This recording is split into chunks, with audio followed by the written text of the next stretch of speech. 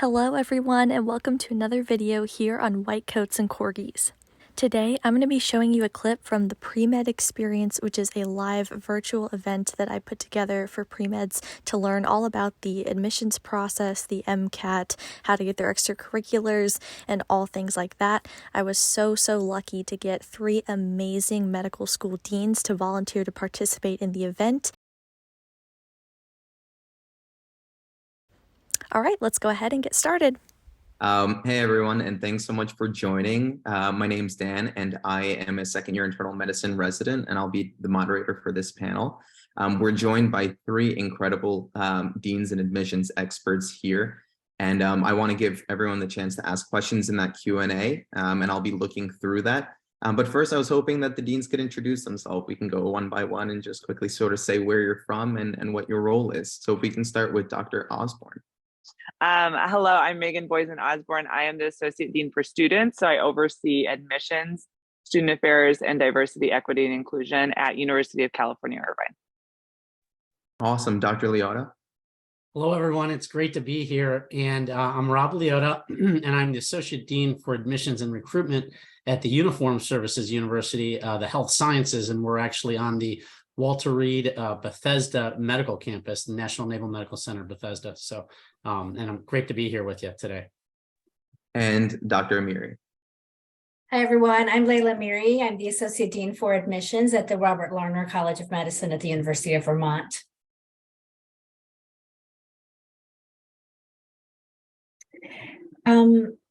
So you're going to get as many pieces of advice and different types of advice with as many people that you talk to, because we're going to look for different things. In my mind, if you revisit the things that you've done, you've wasted your space, because we already have an experiences section where you've talked about the things that you've done. So revisiting the things that you've done is, in my mind, not helpful. Also, telling me why you're qualified to be a physician is not helpful, because leave that to us in our admissions committees, right? You have assumptions on what makes you qualified, and those may not fit the model that all the different schools have. Allow us to make that determination.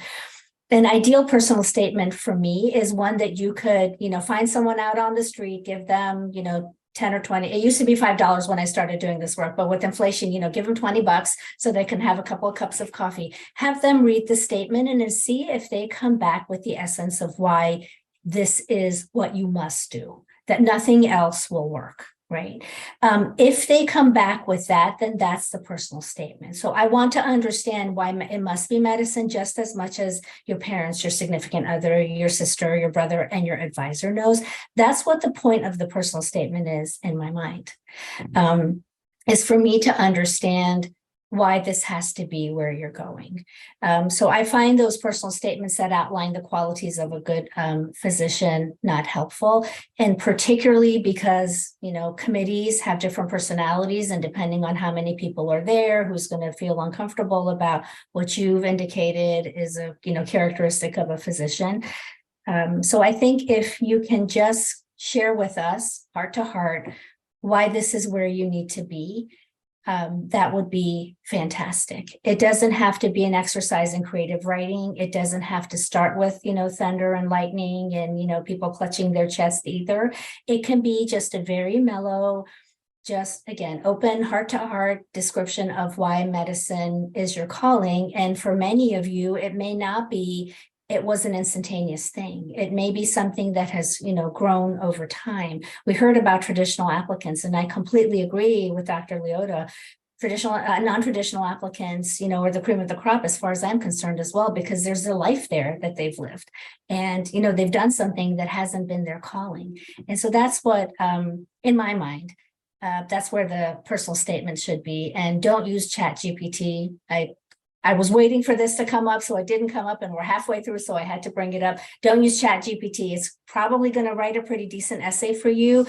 But as we begin to filter through this type of technology that's available to us, it should really be your words. Nothing is more unsettling for me anyway, as an admissions dean, is when a student comes in to interview and they sound and feel different than what that essay sounded and felt like. So the essay should be reflective of you. Think about a good book that you've read. You kind of have a sense of who that author is, right? If you meet them in person, kind of have an expectation of how they'll be. That's what I would love to read. I want to be breathless and dying to meet you when I'm done reading your personal statement.